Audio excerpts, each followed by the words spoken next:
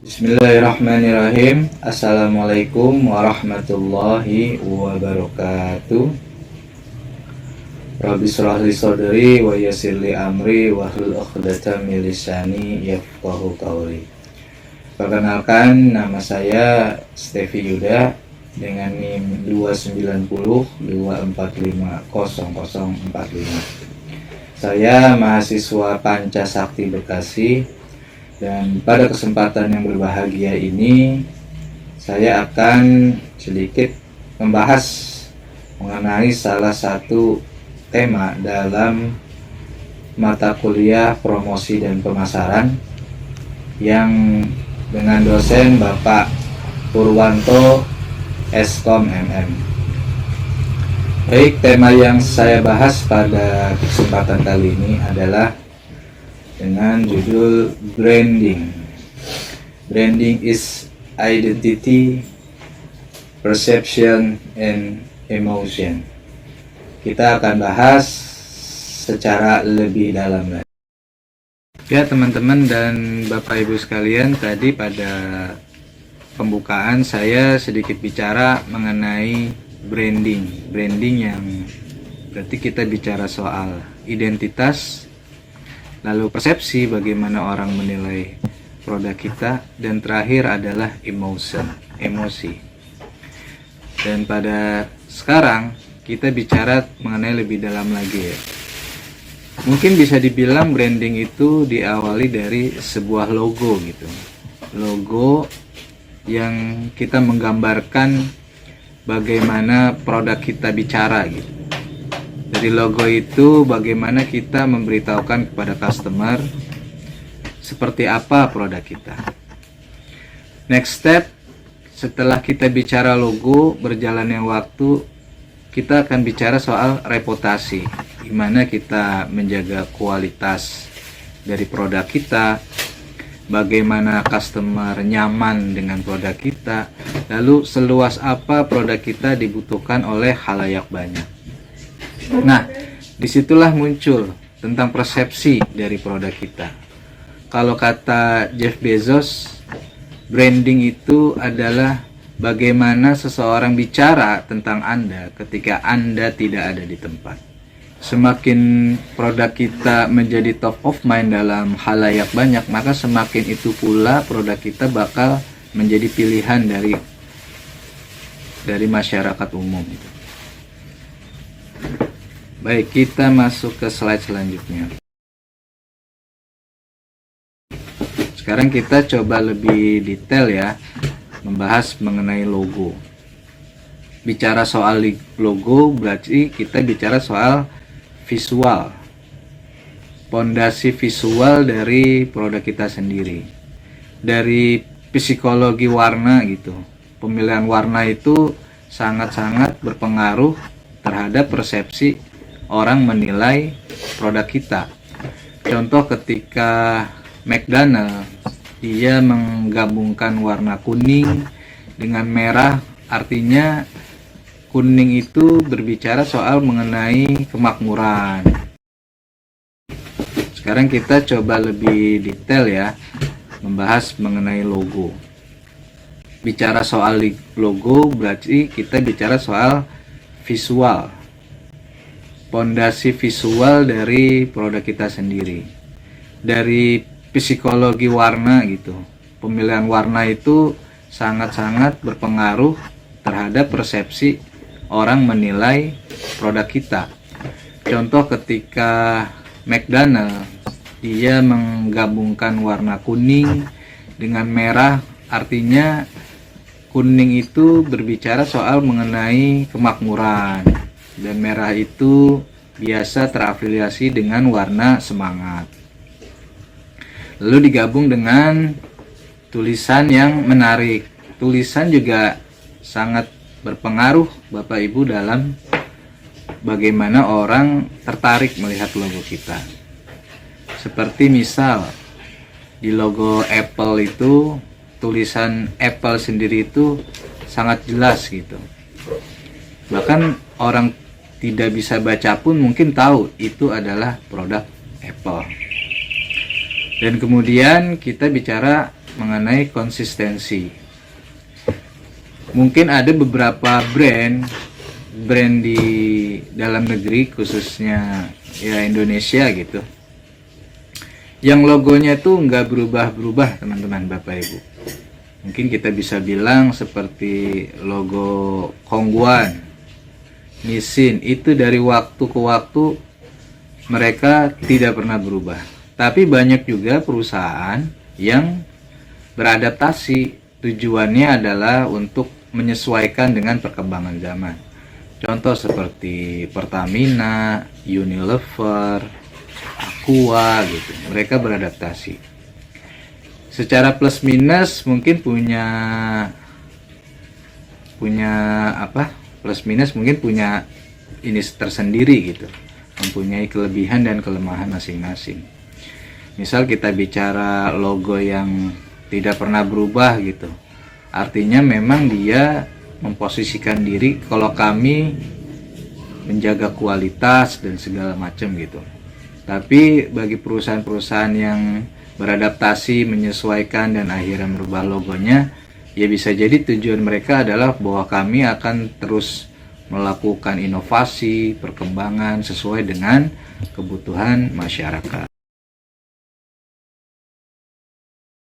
Pada banyak kesempatan promosi gitu ya Bapak Ibu dan teman-teman, sering kita lihat advertising ataupun iklan yang membranding produknya itu sesuai dengan apa yang mereka jual gitu.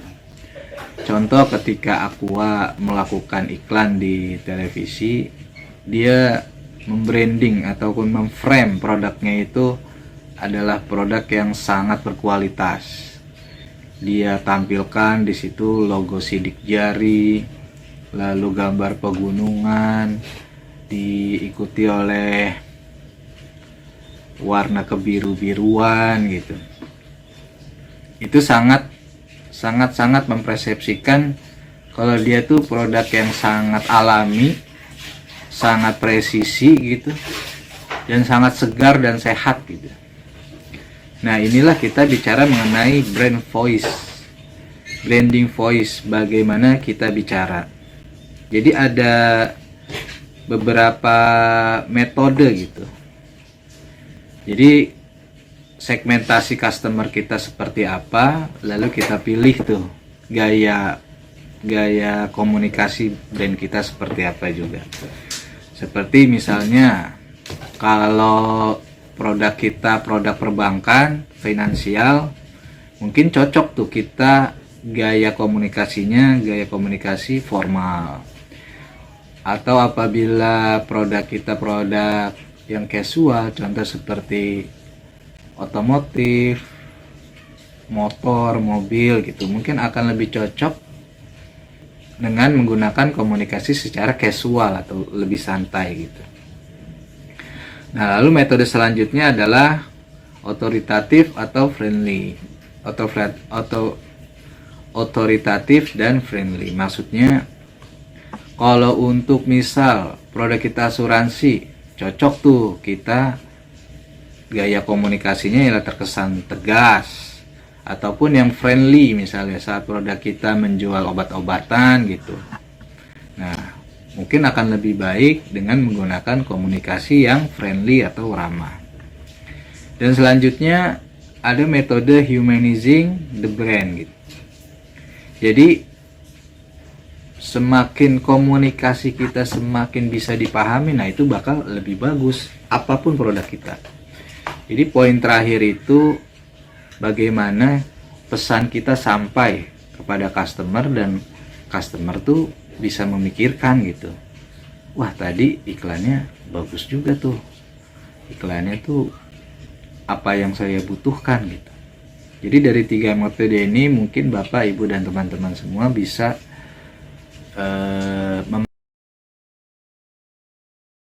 teman-teman, sekarang kita bicara mengenai brand equity.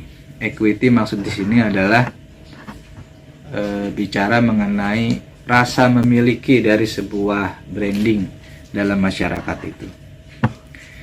Pada poin pertama kita bicara mengenai brand recognition, yaitu seberapa cepat konsumen mengenali identitas produk kita gitu. Misal kita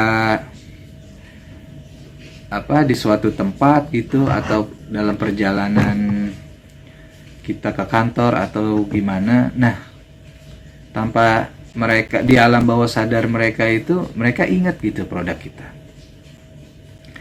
Lalu selanjutnya kita bicara perceived quality, yaitu kepercayaan konsumen terhadap keunggulan produk kita.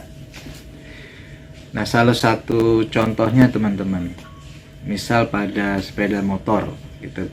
Contoh aja ya teman-teman. Sepeda motor merek Honda. Di kebanyakan orang pedesaan nih, salah satunya ya. Mungkin sebagian besar masih di pedesaan gitu. Bilang sepeda motor itu ya Honda gitu. Karena sepeda motor Honda itu sudah terbukti gitu, mereka pakai produknya dan awet. Terlepas dari dia muncul sebagai pionir produk sepeda motor di Indonesia, Honda itu membarengi dengan kualitas dan kenyamanan produknya sehingga masyarakat tuh puas gitu. Saat orang bicara sepeda motor, ya berarti bicara Honda. Atau pada opsi lain, kasus lain, ada namanya mesin air gitu. Orang bicara mesin air ya bisa bilangnya Sanyo. Padahal banyak mesin-mesin merek lain gitu yang sudah dijual di pasaran. Tapi karena Sanyo sebagai pionir dan menjaga kualitas, masyarakat puas akan produk-produk dari Sanyo, mereka dengan pede gitu bilang kalau mesin cuci itu ya Sanyo. Dan poin selanjutnya kita bicara mengenai loyalty, tingkat kesetiaan pelanggan untuk terus memilih produk kita gitu. Bicara loyalty nih teman-teman, ini kalau udah di tahap konsumen, di tahap alam bawah sadar konsumen, itu loyalitas itu udah sangat-sangat luar biasa gitu. Bahkan bagi konsumen yang tidak perlu kita bayar sekalipun, dia akan mati-matian gitu membela produk kita. Nah, kita mungkin bisa pelajari gitu, bagaimana konsumen kok bisa gitu ngebela-bela produk kita gitu. Contoh aja ya teman-teman, contoh di komunitas-komunitas mobil gitu. Ya mereka dengan sangat senang hati gitu bela-bela produk yang ia pakai, karena di situ loyalitas dia gitu terhadap produk tersebut.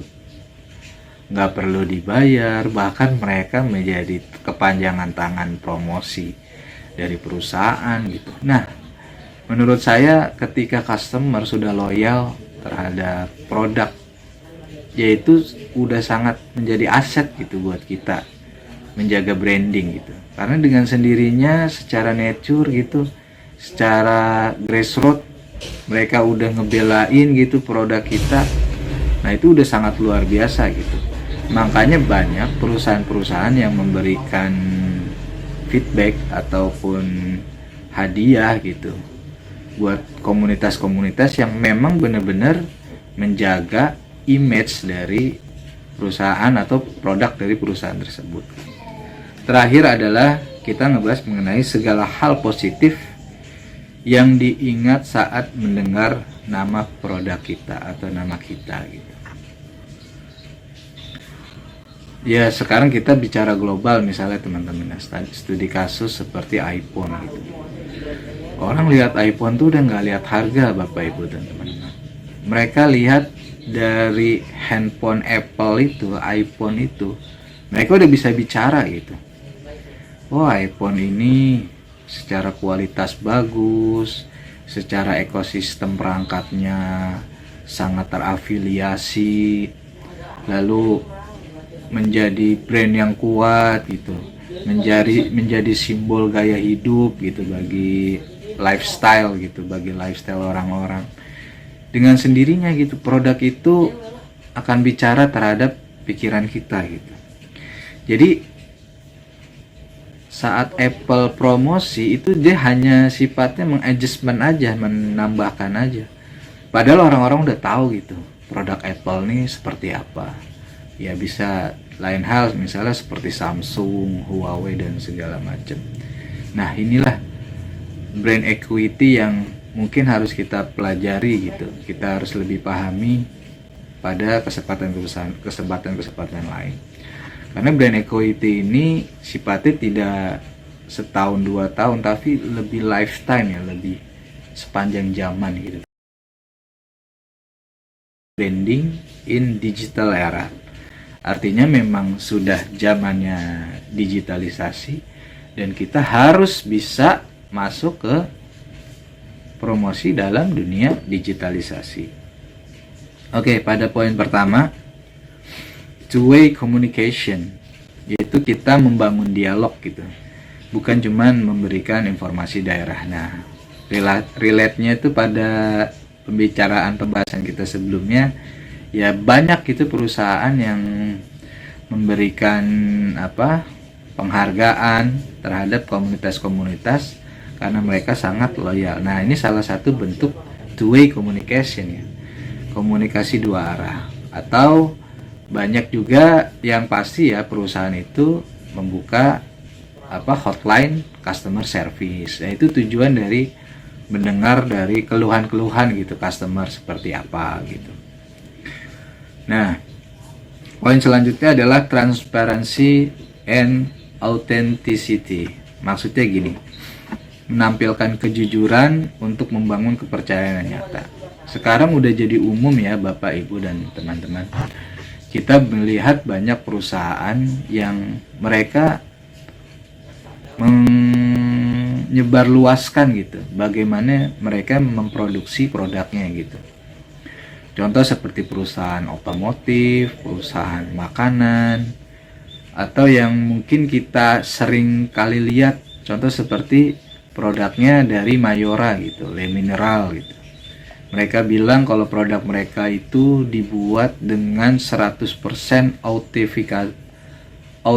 otomatisasi gitu, dengan mesin tanpa tersentuh oleh tangan. Nah, itu salah satu bentuk transparansi dari mereka gitu. Kalau mereka benar membuat produk itu ya sangat sehigienis mungkin. Ya relasinya akhirnya apa? Masyarakat akan percaya gitu akan produk tersebut. Dan merasa bahwa perusahaan ini lebih jujur terhadap mereka. Dan terakhir pada poin ini, storytelling through video. Storytelling through video ini maksudnya bercerita lewat visual agar lebih menyentuh dan mudah diingat. Sudah pastilah banyak orang-orang tuh lebih suka yang sifatnya visualisasi dibanding mereka harus membaca gitu. Kalau dengan visualisasi banyak orang tuh terkenang gitu akan yang mereka lihat gitu, lebih mudah dan lebih cepat gitu mereka mendapatkan informasi tersebut. Nah, poin-poin ini pada tema sekarang ini, branding in digital era, mungkin hanya sebagian kecil gitu teman-teman saya yang bisa saya bahas. Banyak mungkin kalau di mapping lebih ini akan banyak lebih luas lagi. Tapi setidaknya dari 3 poin ini, branding di era digitalisasi ini bisa kita pertimbangkan gitu. Artinya memang poin-poin ini bisa menjadi senjata kita dalam dunia digital. Terakhir, teman-teman, kita masuk ke sesi terakhir pada pembahasan branding ini. Branding is a long-term investment. Jadi branding itu kita bukan cuma bicara promosi, tapi branding itu adalah bagian dari investasi apa yang mau kita jual gitu. Sekuat apapun branding yang kita tampilkan gitu, jika tidak dibarengi dengan kualitas dan pelayanan produk yang prima, itu akan runtuh. Jadi tetap branding itu harus dibarengi dengan kualitas dan produk kita yang prima gitu. sekuat apapun, jor-joran pun kita promosi mengenai branding dari produk kita, tidak akan kuat. Karena apa? Di awal tadi saya bilang kalau branding itu adalah investasi jangka panjang, investasi yang akan terus ada dalam benak pikiran masyarakat gitu. Meskipun produk itu sudah tidak ada, tapi branding itu akan tetap ada gitu.